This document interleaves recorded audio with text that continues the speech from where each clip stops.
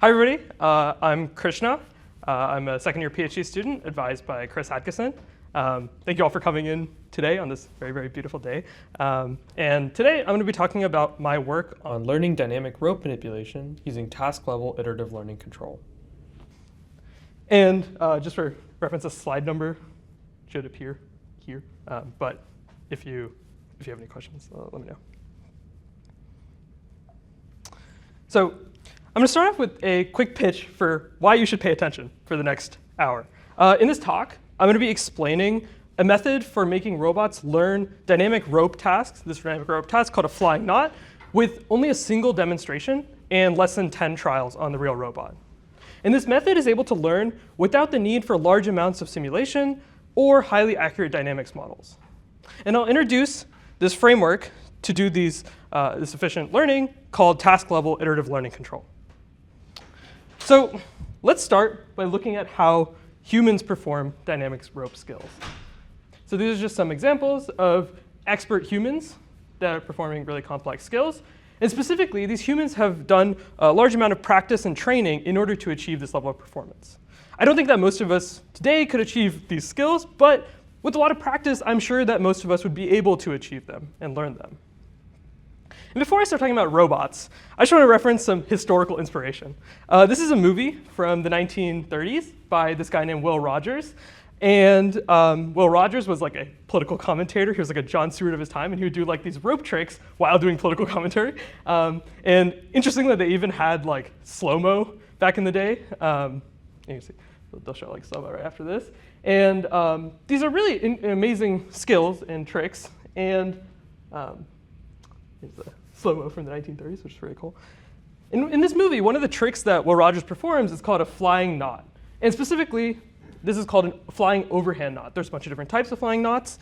And this flying overhand knot is performed by doing an upward twisting motion with one hand, and then arcing and striking the rope near the bottom, and then allowing the bottom to flip into that loop. I can show you a live demo of this flying knot, just for reference. So if you're skilled, thank you. If you're more skilled, you can also place that loop at different locations, control the size of the loop, and Will Rogers can also unwind the loop. Unfortunately, I can't do it. And this flying knot was originally introduced to me by Chris. And when Chris showed me this task, I watched him perform it, and my first thought was like, oh, that doesn't seem that hard. I think I could do that. So I picked up a rope and I tried to attempt it. And after about 50 repeated failures, I decided to cave and I watched a YouTube tutorial. And in this YouTube tutorial, the instructor explains two really important parts of the task. The first thing that he talks about is that you really need to pay attention to the shape of the rope at this point where you formed a loop and you're kind of striking the bottom of the rope. That's really an important part of the task. And there's a couple other really important parts of this task. He also mentions that if you put weight at the end of the rope, it makes it easier. So armed with this new knowledge, I decided to continue practicing. This is me attempting it over and over again after learning this. And eventually, within a few trials, I got my first success. So this was cool and all, but y'all are here for seeing a robot do this, right? So let's dive into how a robot can learn this skill. So I can give a demonstration of this flying knot. In addition, I can also do a high-quality capture of what is happening. So on the rope, I have these retroreflective tape markers that I can track with motion capture. And then I can also track the hand motion with these markers on the handle. Now, with this kind of high accurate measurement of the task, I can feed this into a system to do learning. And as a human, I can perform this task with my eyes closed. I'm going to try it once, but if it fails. Oh.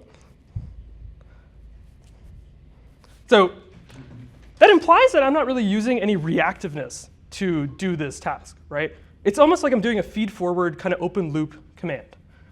So could we just do the naive thing of asking the robot to copy the exact motion that I do with my hand and seeing if the robot can achieve this task? So that's exactly what we do.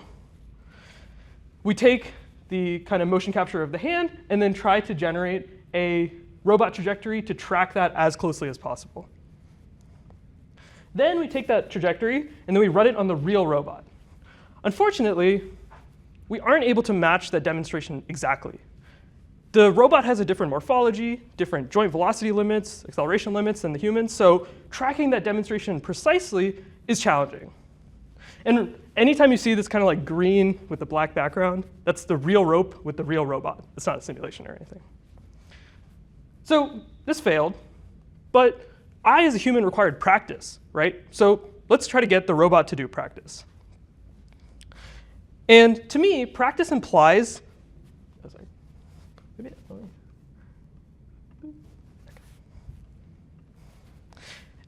practice requires some way to map errors from failed attempts of this task into updates of the command that we're doing. So it's some type of correction of this command. And remember, our command is this kind of like feed-forward, open-loop thing. So when we apply this correction, it's literally just like adding some correction to our existing command. And then if we were able to iterate this process, you'd hope that we are able to reduce the errors enough that we can succeed at the task. And this kind of a high-level algorithm is really similar to something called iterative learning control. On a side point, when I say learning is a very overloaded term these days, but I'm not talking about generating large amounts of simulation data for updating some large parameter model. I'm talking about this type of iterative refinement of a command. And iterative learning control, broadly, is like a really data-efficient learning method, which is applied in domains both inside and outside of robotics. In robotics, one of the key areas where it's often applied is control of these industrial robot arms. These arms often perform the same kind of repetitive motion. And while there's really accurate models for understanding the dynamics of these robots, there are still some unmodeled effects that often cause errors, such as like cogging torques or gear eccentricity. And ILC can iteratively reduce that error and achieve really high performance. This quadrotor on the right is an example of ILC, the trials of ILC. So you can see each iteration, it gets better and better at tracking towards this dotted line in the middle. And notably, you can see a very large kind of step it takes each iteration when trying to get towards the command. Okay.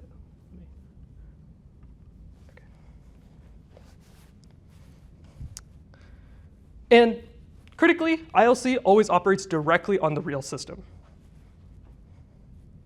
So at high level, how does ILC work? We start off with this initial command. This is a time-dependent kind of feed-forward command. In our case, this can come from the demonstration or any other kind of input mechanism. And we apply that real command directly on the real system. And it gets some measured task state. So in the quadrotor example, this could be like the position and orientation and velocities of the quadrotor. And we compare that to our reference, like what is our goal? And in like the quadrotor example, it's kind of the errors between our reference trajectory and the actual trajectory that the quadrotor takes. Finally, we can take these task errors and map it through something called the inverse model and achieve these kind of command corrections, which we can apply to our command and iterate through this process. And this inverse model is really the core of ILC, and I'll kind of dive into what that actually does. So this inverse model starts off with a forward model, as you would expect. So if we can take some command that we're applying to a system and map it through a model and get some task state, this kind of represents our kind of prediction of the overall system. So let's first just imagine that we have like an oracle model that tells us perfectly, if we apply some command, exactly what the real system is going to do. For example, this model could be like a rigid body dynamics model, a like FEA model, any type of like kind of representation of the real system. And if we assume this is kind of locally linear, we can kind of insert these deltas in here. So we can make an assumption that changes of this command can be mapped to changes of this task state. Then, as I mentioned before, this inverse model is an inversion of this, where we can map these changes of the task state into changes of the command. And these changes of the task state really are just task errors. So this inverse model is what this kind of mechanism of mapping these task errors to command updates is. And in the linear case, so for models linear or systems linear, the kind of optimal learning operator is this inverse model. So in our case, unfortunately, everything is nonlinear. The rope is very bendy. The models are nonlinear. And If we use this model to generate the inverse model, then if that model was a perfect representation of the system, this loop right here would solve the command to the optimal command in a single iteration. Unfortunately, we don't have a perfect model of our environment, and it's also nonlinear. So ILC is able to still operate in these scenarios where, even with an imperfect model, you can iteratively apply the command to achieve the optimal command. And I'll kind of just visualize what that means. So with a perfect model, if we have some initial command, and we apply some command correction, some command update, we can jump straight to the optimal point, because our model is a perfect inverse of our real system. But even with an imperfect model, these command updates, as long as there is some component that's aligned with the optimal command update direction, and there's some gradient alignment, then we can iteratively take these steps towards the optimal command and achieve, hopefully, task success. And this is really the strength of ILC, being able to operate with an imperfect model of the system. So if we come back to our overall kind of ILC iterations, we're effectively doing almost trajectory optimization directly on the real system. But we're using the gradient information from our model. And this is really the strength of ILC in showing its kind of sample efficiency, since we don't need to sample the gradient information from the real system. And we can leverage the dynamics of the real system directly in order to make our command updates. So in my setup, this initial command comes from that demonstration, and the real trials performed on this XARM7 with the rope. So let's do some learning. And in our demonstration, we captured both the hand motion and the rope. So when we tried to copy the hand motion directly, it didn't work. But now, since we have the rope motion, let's try to apply ILC to try to copy the rope motion to the best of our ability. So if we start with an initial command of that just trying to track the hand motion, before learning, there's a pretty big mismatch between the demonstration and the real trial. But then after learning, there's the mismatch between the demonstration and the trial is greatly reduced, but the robot still fails to tie the flying knot. So let's look a little bit closer at what learning actually did. So before learning, there's a large amount of error between the red demonstration and the green kind of real trial in the robot. And after learning, they match much closer, but unfortunately, we're still not able to tie the flying knot. And the trial cuts off right here. I'll explain a little bit later why that happens. But if we call back to how I learned this task, I didn't just watch Chris, right? I watched a YouTube video. In the YouTube video, the guy really calls out a specific part of this task as being really important to the task success. This kind of shape at rope at contact. And I'll refer to this kind of key moment as a critical point. So in this task, there might be multiple critical points of the task. For example, when the bottom of the rope goes through the loop, when the rope finally dangles at the last state, that's also a critical point. But this critical point right here, we can kind of select as kind of part of our task that we want to optimize over. And in general, critical points are really any like temporal or spatial part of the task that's really important to the task success. These critical points are always kind of like relative to some measurement, so relative to like the start of the state, start of the motion, kind of like peak velocities, the end of the motion, contact points. Any type of measurable event relative to that could be defined as a critical point. So since it's like this kind of really important part of the task, what if we only reduce errors at the critical point and ignore everything else? And this is what we did. So these are all the trials of learning. And on trial 5, the robot succeeds. So you can see right at this critical point, the green rope and red rope match really well. And then with the follow-through motion, the bottom of the rope flies into the loop and succeeds. So that might be a little bit hard to parse in the video. So this is the robot with optimized over like learning with the critical point objective and the equally weighted objective after learning. This is kind of the slices of time. Yes, sir. Does this include position and velocity? Mm-hmm. Yeah. So that's really important, right? Like at that point, we want the bottom to like fly into the loop. And you can kind of see the difference here of what the learning objective achieves with the critical point versus the equally weighted objective. So with the equally weighted objective, the red and green rope match relatively well throughout the whole motion. Whereas with the critical point objective, we intentionally ignore parts of the demonstration and only try to optimize performance right at that critical point. And that allows us to achieve really high performance at this point and kind of maximize the parts of the task that are the most important and have the highest leverage towards the success of the task.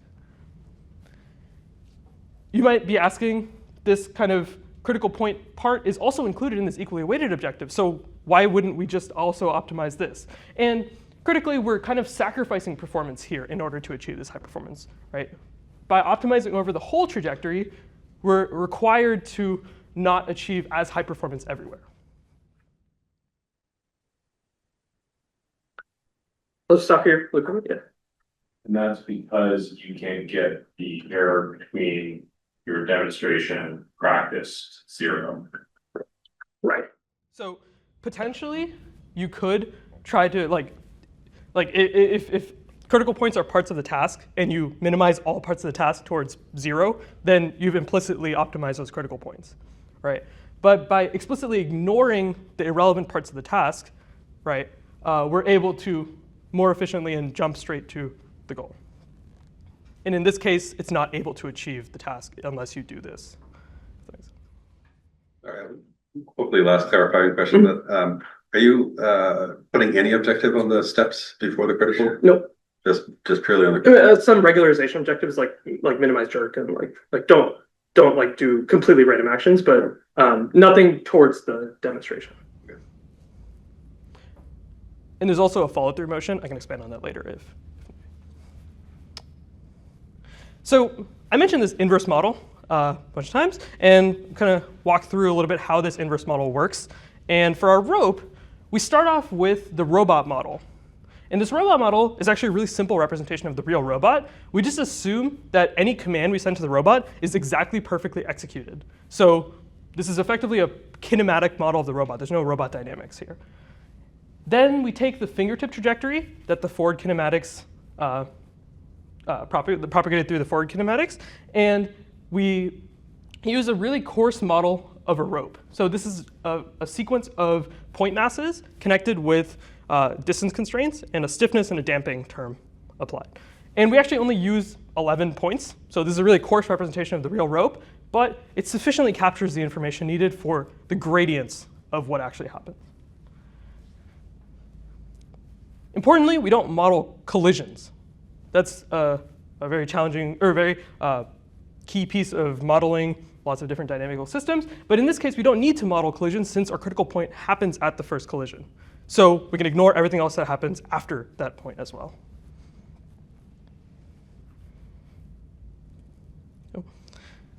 So now that we have some representation of our system, some model that maps our commands to the task state, we can now kind of walk through a basic example of how to do this kind of model inversion. And I'll walk through this on like a simpler system. This is just a basic linear spring mass damper. And our dynamics are defined with this A and B matrices. So take our state, apply it through some linear system. And this is kind of the simplest kind of system we can test ILC on. So we take a single step of dynamics and we can propagate it through time. And if we stack up all these terms, then we can kind of represent this whole system, the trajectory of the whole system, as a single linear matrix operation. So if we kind of step backwards, this task state right here is achieved through applying our initial state in a sequence of commands through this linear model M. And this is kind of like a prediction of our system. But in this case, imagine it's like a perfect model of our system. So we have our command applied through the forward model to get the task state. And as I mentioned before, since it's linear, we can use deltas. So some change in our task state can be mapped through a change in our command. And as you expect, since it's a matrix, we can just invert it, right? Unfortunately, this inverse often does not exist since it's not square, so we could use a pseudo-inverse. And the pseudo-inverse can map any errors in our task state to our command updates. Another way we can kind of understand this pseudo-inverse is as an optimization problem. This is a linear least squares optimization problem where the the system dynamics, this kind of like mapping of the command correction to the task state, is done through this linear model as a constraint, and then we're minimizing this objective right here. And this is a quadratic program in this case, but since we've written down this as an optimization problem, we can stick whatever objective we want into this problem. And additionally, we can impose an additional constraints.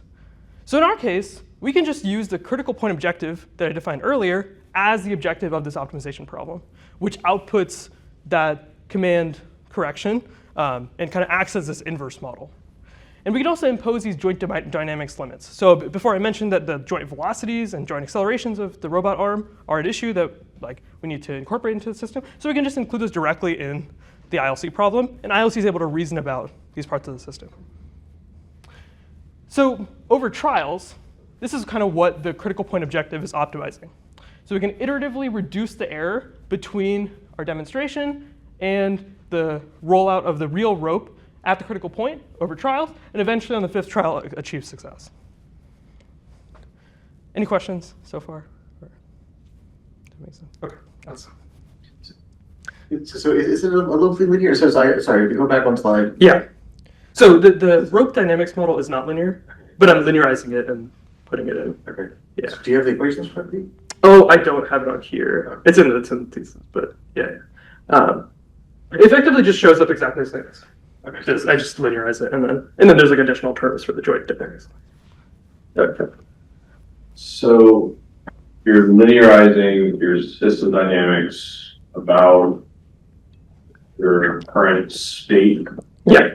Stuff, Yeah. And then so you're solving this QP for every time step. Oh, no. I define it as like a single QP. Got it. So I linearize about a whole trajectory. Got it. And I linearize about the current trajectory. So whatever the current command is, Yeah. roll it out, linearize it. I'm curious, did you ever try using like a dynamical model of the arm and if so? I did. Yeah. So you. Stable. It's not that it's numerically unstable. I think that it would totally help with parts of the system. I just measured what the actual arm's trajectories and states are, and it seemed like it was pretty much perfectly copying. It seems like since the robot arm has like around a 200-to-1 gear ratio, its ability to track trajectories is, like the effects of the rope on the robot are very minimal. So we can just kind of treat it as a kinematic object. Cool. So far, everything I've showed you is a demonstration on rope number 1, and then the robot learning on the same rope. So how well does this work if instead we use the rollouts on a different rope? So these are different types of ropes with different dynamics. So we have like a stiffer rope, a much thicker rope, a like metal chain, and then we have like latex tubing, so we get some stretchiness. And hopefully this kind of provides a variety of rope dynamics to see how well our system can learn directly on the real system. Our learning can learn directly on the real system. So this is a video of the successful command on each one of these ropes. And so far, pretty much every single rope that I've tested it on, learning is able to succeed. And specifically, we choose ropes that I, as a human, could perform. There are like maybe rope configurations that are like infeasible for me to perform, and maybe the robot would be able to achieve it, but that's I have not tested that. So this is what learning looks like on all these different types of ropes, and this is kind of what the critical point objective looks like over these kind of iterations. And you'll notice that over time, or over iterations, the critical point objective gets optimized, and sometimes, unfortunately, it goes up.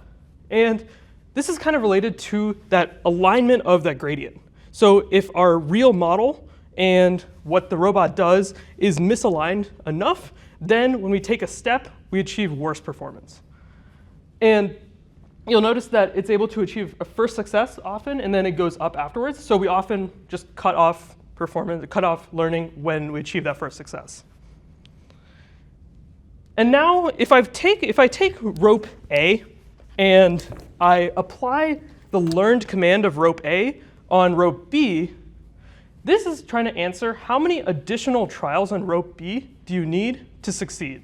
So it's kind of like a transfer learning adaptation. And you'll notice that in this graph, most of these cells are not 1. So it doesn't immediately transfer. As in, the rope dynamics are different enough that you need a different command in order to succeed.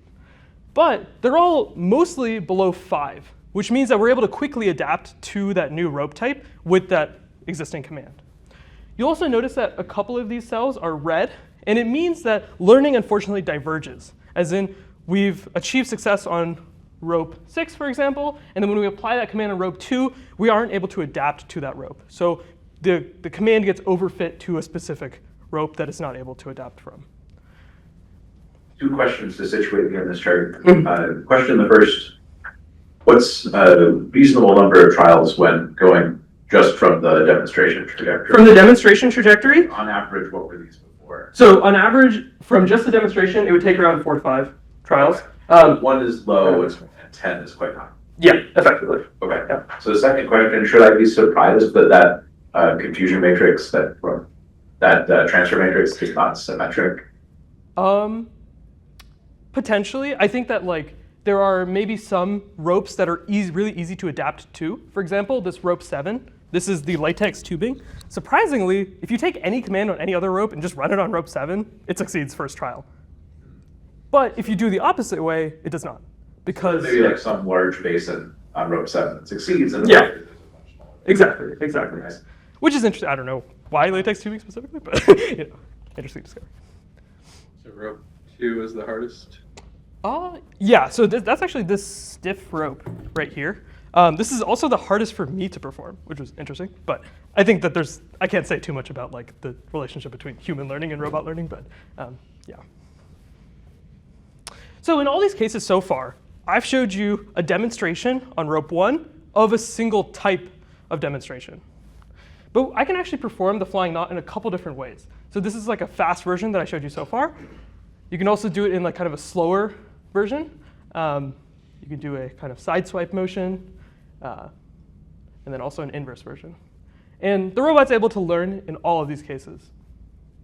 There's also additional ways to perform the flying knot, like the Will Rogers way of starting swinging. Fortunately, I as a human can't perform that, so I can't demonstrate it to the robot, but it would be interesting to see whether we can learn in those cases too.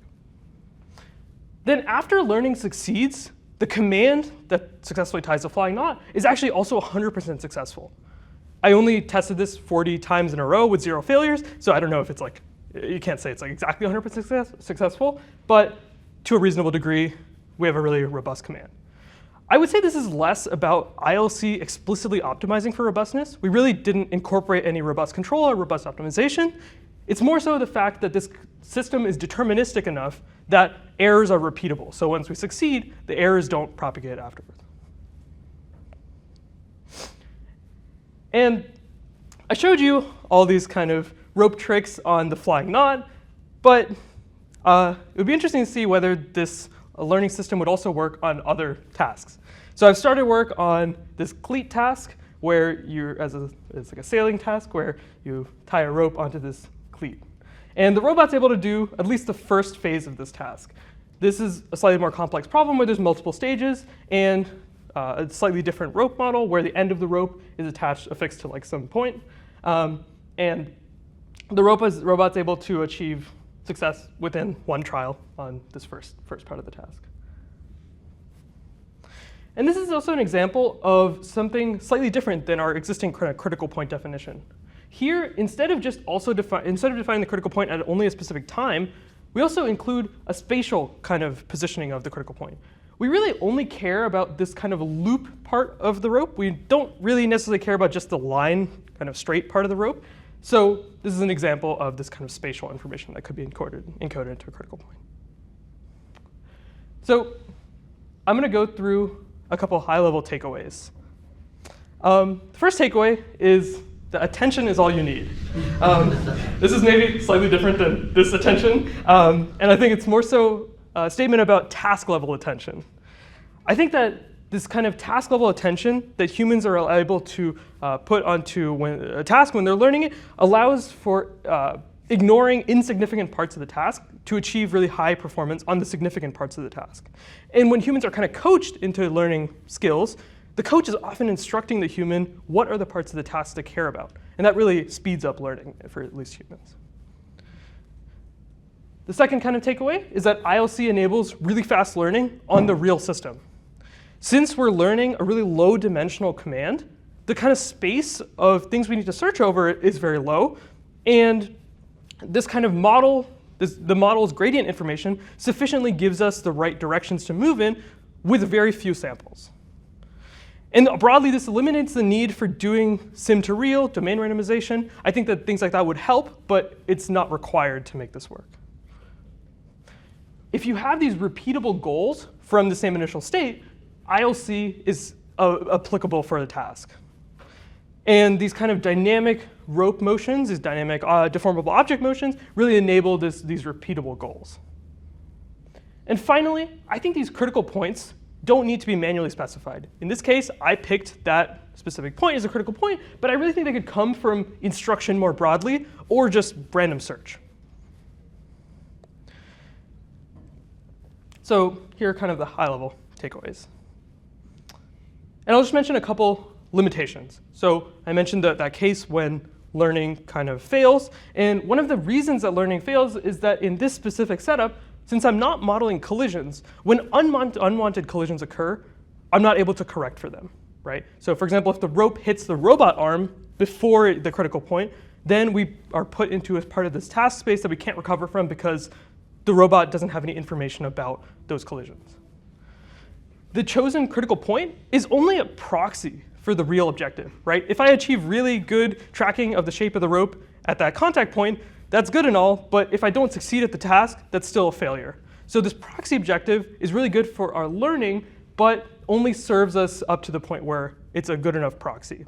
So there were instances, especially with like the latex, or a different rope, that the bottom would fly into the loop, and then right before it dangles down, it would fly right out. So even if we achieve really high performance at that critical point, it's still a proxy. The state estimation of the rope after contact is something that we're not effectively tracking super well because after contact occurs, the markers kind of overlap and tracking becomes much more complicated. But this tracking the rope after contact would allow us to also put critical points after this contact point. So we could define the critical point as when the bottom flies through the loop, and maybe that's a better critical point than what we've chosen so far.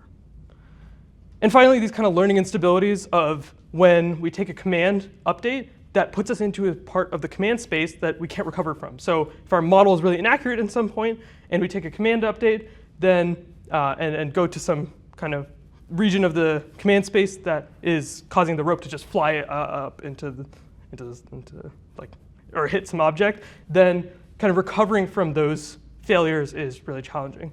You could incorporate things like a line search or other kind of optimization tools in order to mitigate these. Oh, I also forgot to mention that for all of these ropes, the rope model parameters that I'm using are actually all the same. So I'm not fitting rope model parameters to each rope type. I'm just using the same rope model for every rope. And it's really because that gradient information is good enough to tell us what direction to make changes in. And I'll kind of just mention a little bit more future work. So this is another task from that Will Rogers movie. This is called a pretzel knot, where you do a similar kind of upward twisting motion, but this time you end up with a pretzel. And this is me doing this. I'm personally not very skilled at doing this. It takes me about like 20 tries to get a success. But this is a sufficiently more challenging task because we're required to model contact. You can kind of see right here the rope is dangling off my arm. And when the bottom flies through this loop, I think that point is a critical point, which occurs after this contact. So it would require a little bit more complicated of a model and potentially kind of multi-stage learning. And more on this kind of multi-stage learning, I think that right now I'm only optimizing with a single critical point. I think multiple critical points could really help with learning these more complex, longer horizon tasks. In addition, kind of learning different phases of the task separately and then learning to combine them could also be parts of this work.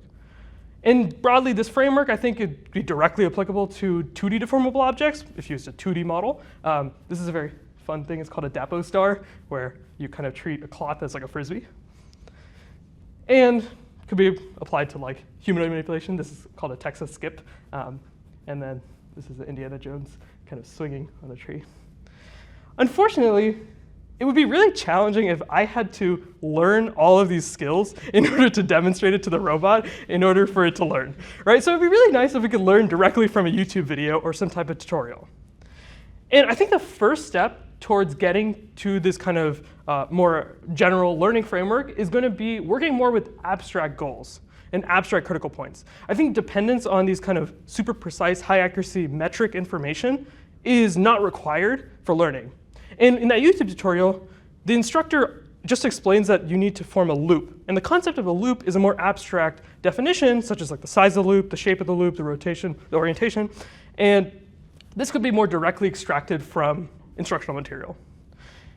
And I foresee that leveraging kind of foundation models and VLMs could be a direction for extracting this information. Awesome. So I'm just going to end with some acknowledgements. Firstly, I just want to thank Chris for being incredibly supportive advisor and giving me the freedom to do whatever I want to do. He has made the last 2 years some of the most entertaining years of my robotics journey. I'm really looking forward to another couple of years with Chris. I also wanted to thank my committee, Oliver, Jeff, and Arun, for all of your feedback, guidance, and support over the years. And then I wanted to thank Mernal, Ekta, Iki, and Duke for always being an amazing sounding board and always providing excellent feedback whenever I ask questions in the lab.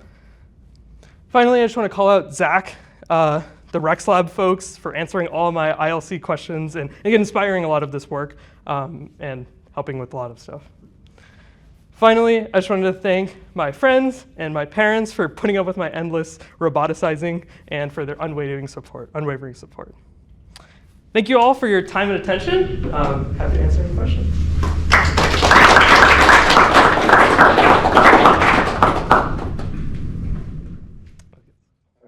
Okay, so nice presentation. I have a couple questions. So you mentioned you're going to talk about the follow-through. So after the critical point, Yeah. is it just everything's the same? Or So after the critical point, we actually try to track the demonstration because since we don't have any information, we can leverage for that.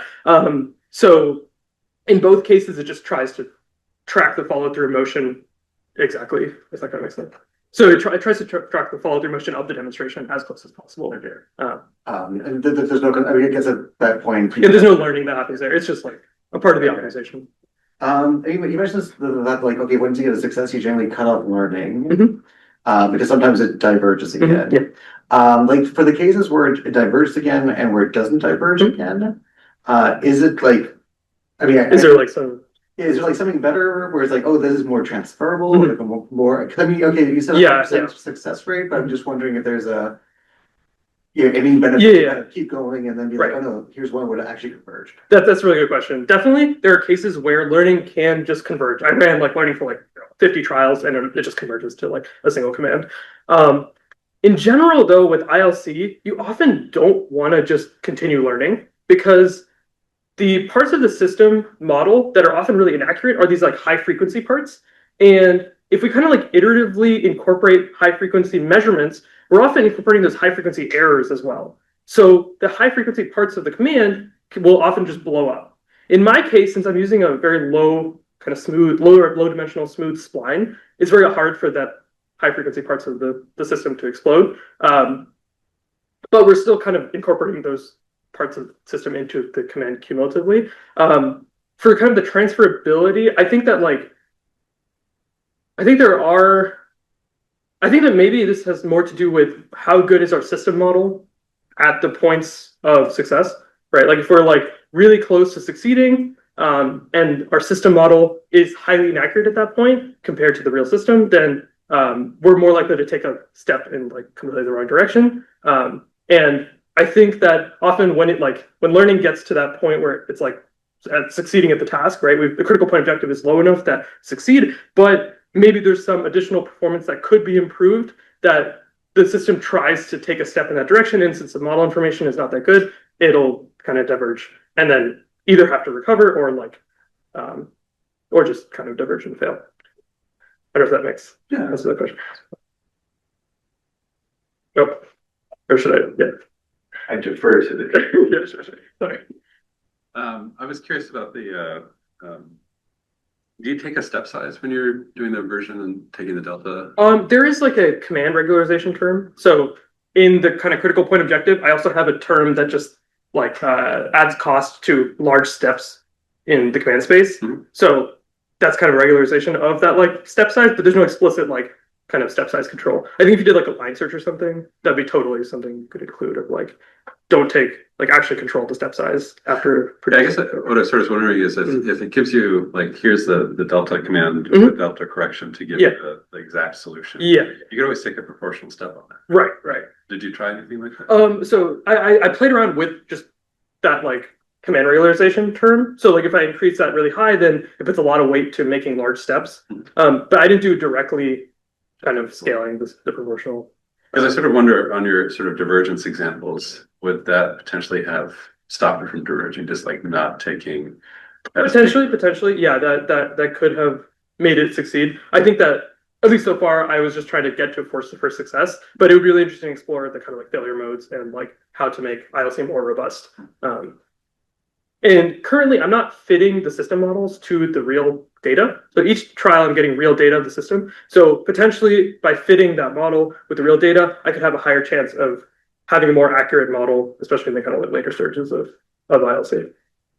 So my follow-up question then is, if we took this idea and what you just sort of mentioned, the robustness aspect, what if we wanted to like come up with a policy that was robust to as many rope types as possible?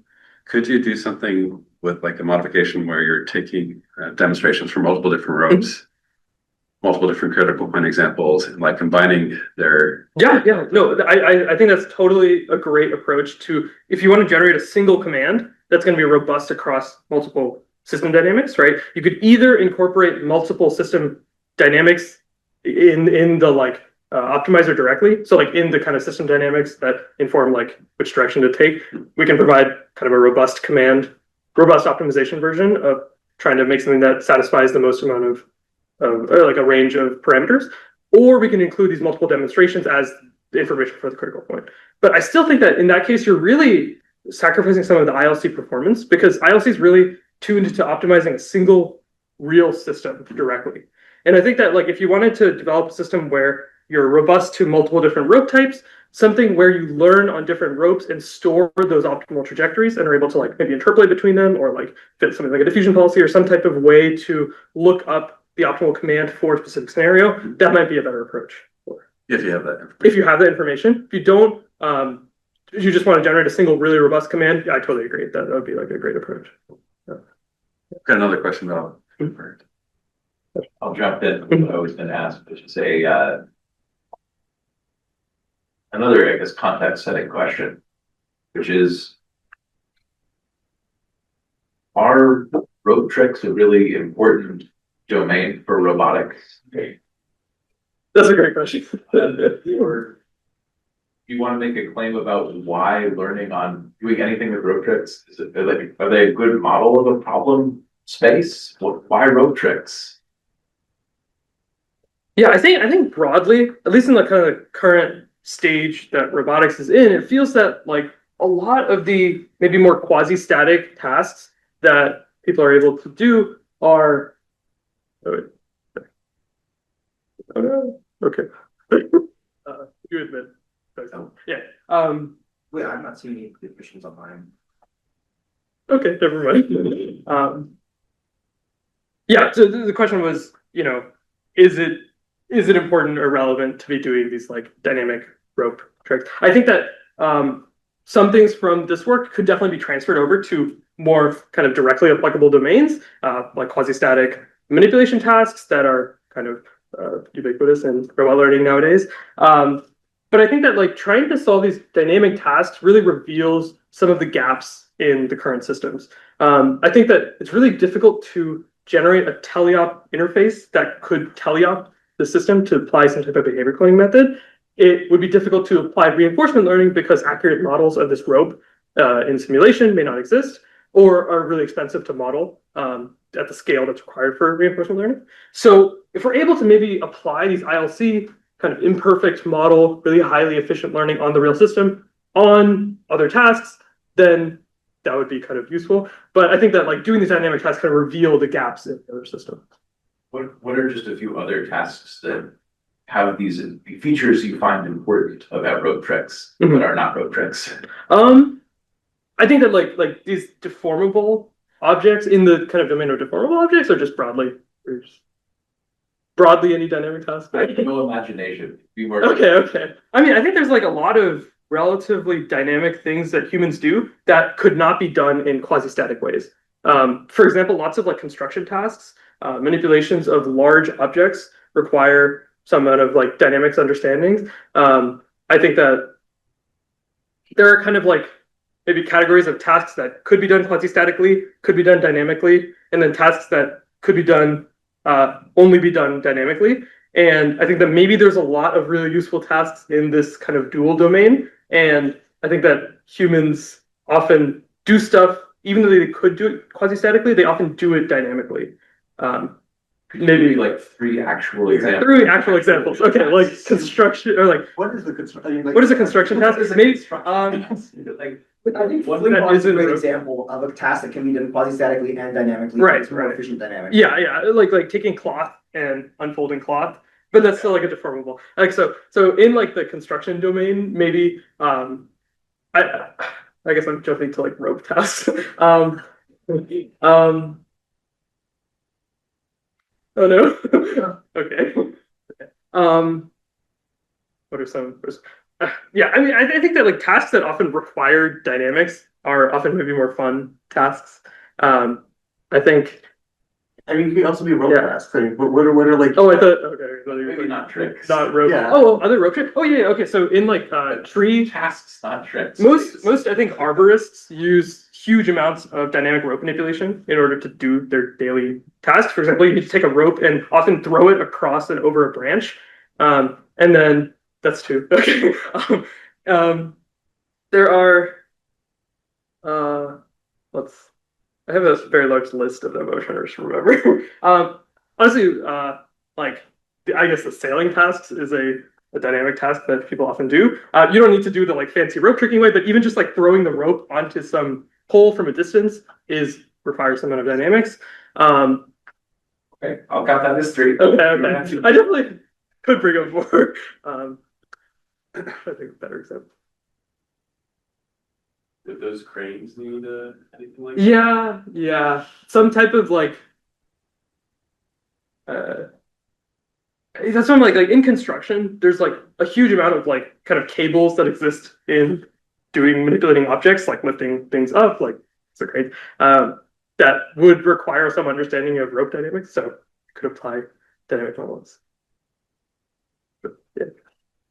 Oh, sorry. I have another question. Could you go back to your learning curve? Mhm. Cool. But I think you depend a lot on your linearization of Mhm. your inverse model. Mhm. And if your model is really nonlinear, two things could go wrong. I think your linearization could take a really big step and you end up somewhere crazy, or your model's so wrong that even if you linearize it and like take a reasonable step, you end up somewhere totally different. So Right. I think that maybe what's going on with noise here, but I also conjecture that with a really, really nonlinear system, you may fail to learn like completely. You might not learn anything. Mhm. And so there's a question. Yeah. We've talked a little bit about like different learning techniques you could use, like learning the model as you go, or Mhm. taking variable step sizes. What do you think is the lowest hanging way to address this problem? You want to improve the model, you want to invest more in how you're learning these updates to control commands? I think the first thing that I'm trying right now, at least, is trying to choose better critical points. So if I choose a critical point that's maybe even more informative over task success, then these kind of like model uncertainty, model mismatch errors potentially become less relevant.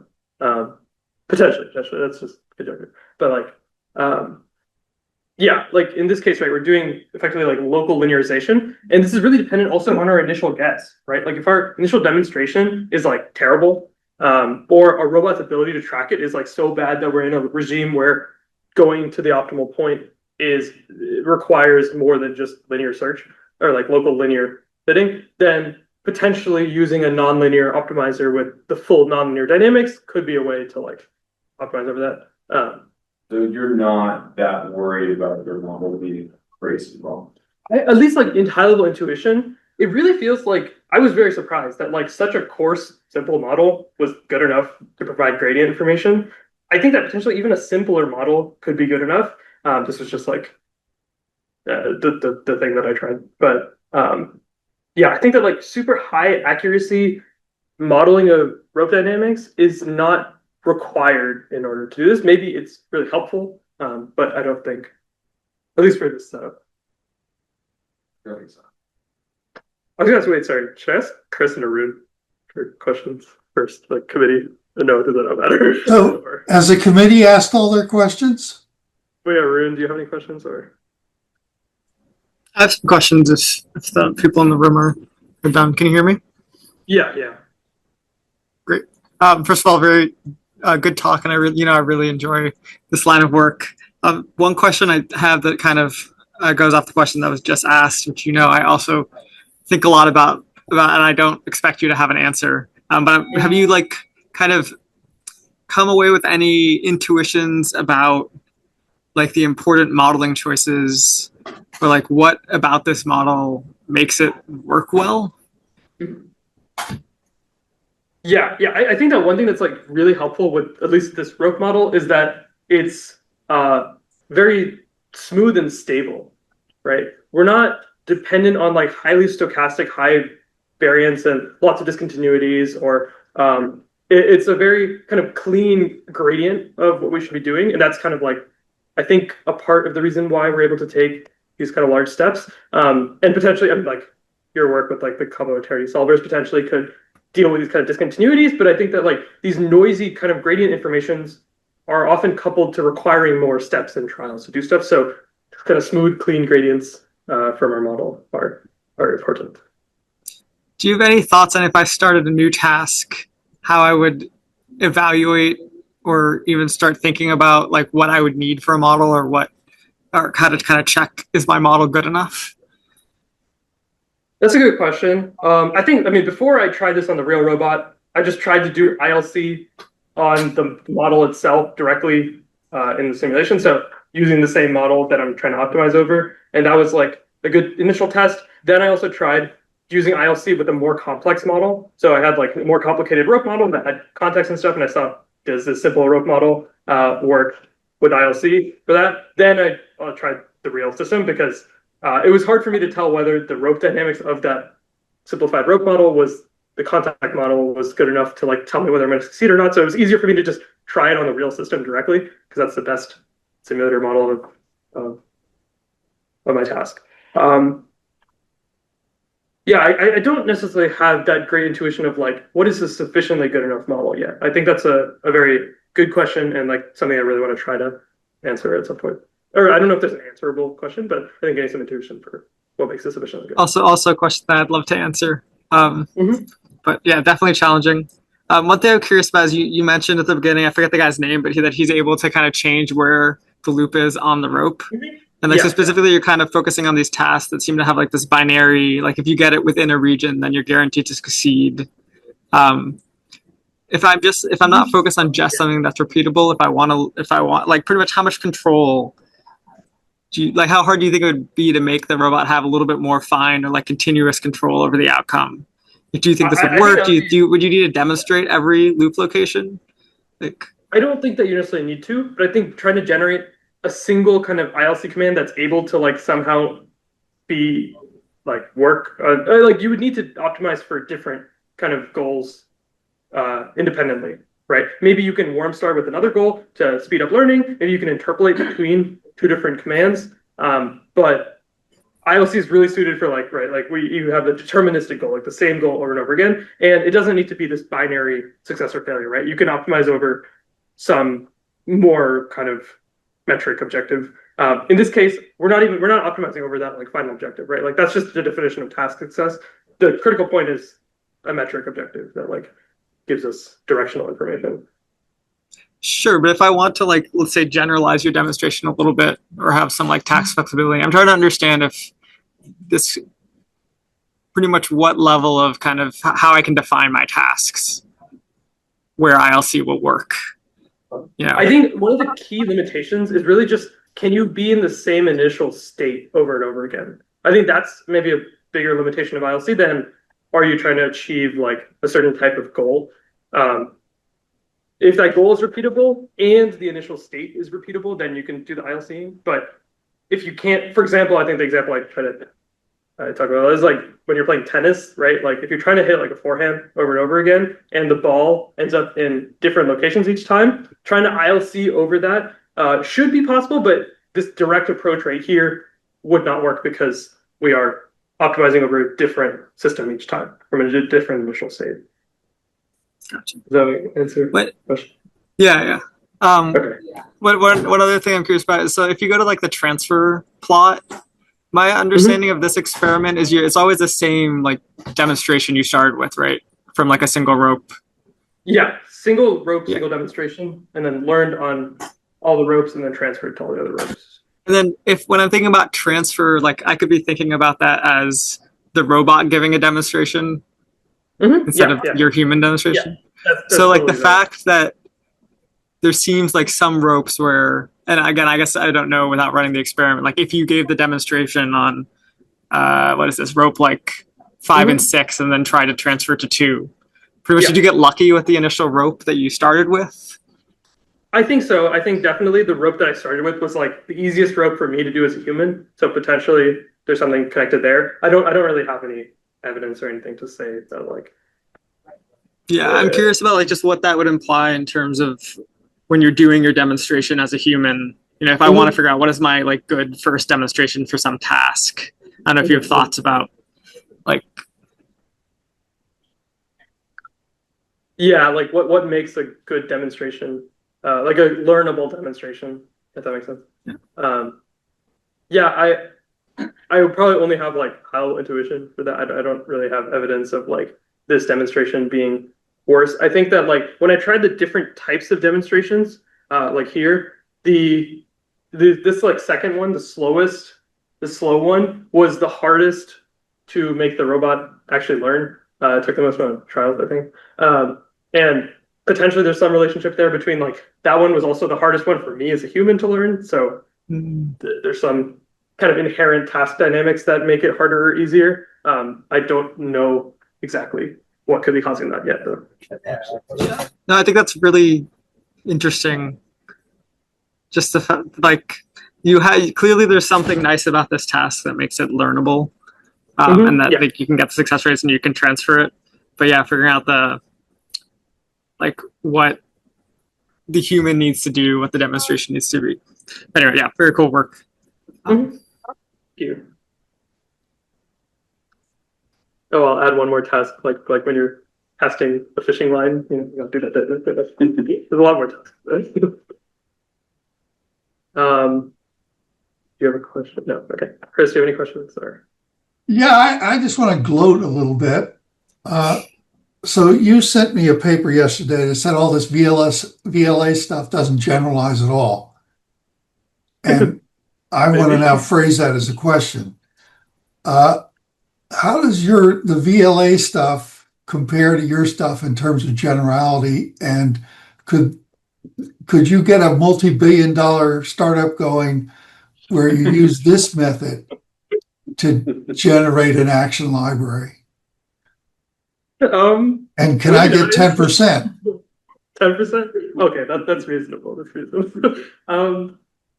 I mean, okay, for context, maybe there's a paper from Max Schwager's group that was like talking about how diffusion policies are often actually just memorizing the demonstrations exactly, right? They're not doing like often like to make a diffusion policy work really well, you need to actually overfit it to the demonstration, which is kind of counterintuitive. And let me just say, you're doing better than that because the demonstration itself is not going to work.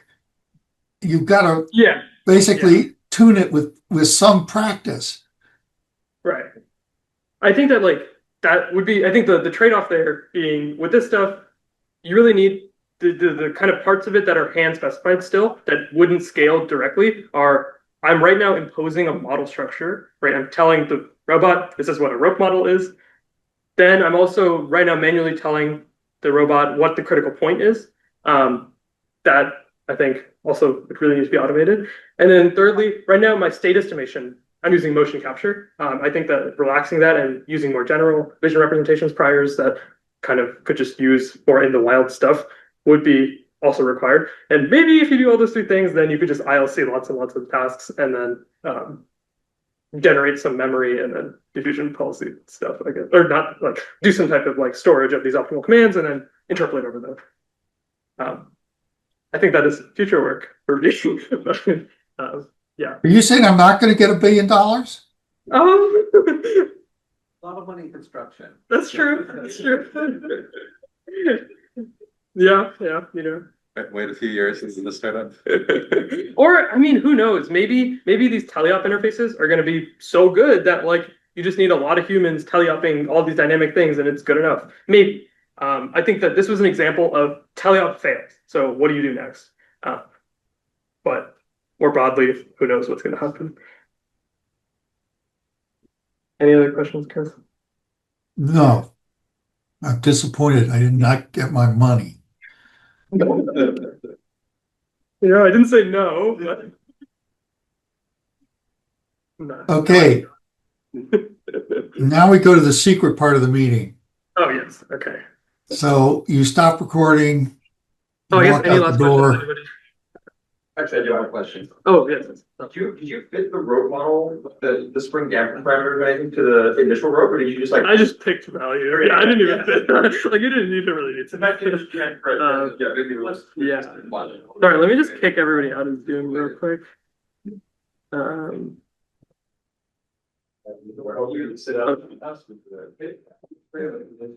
Maybe if you're in Zoom and not Chris or Arun, you could leave. Thank you. Thank you for coming. Yeah.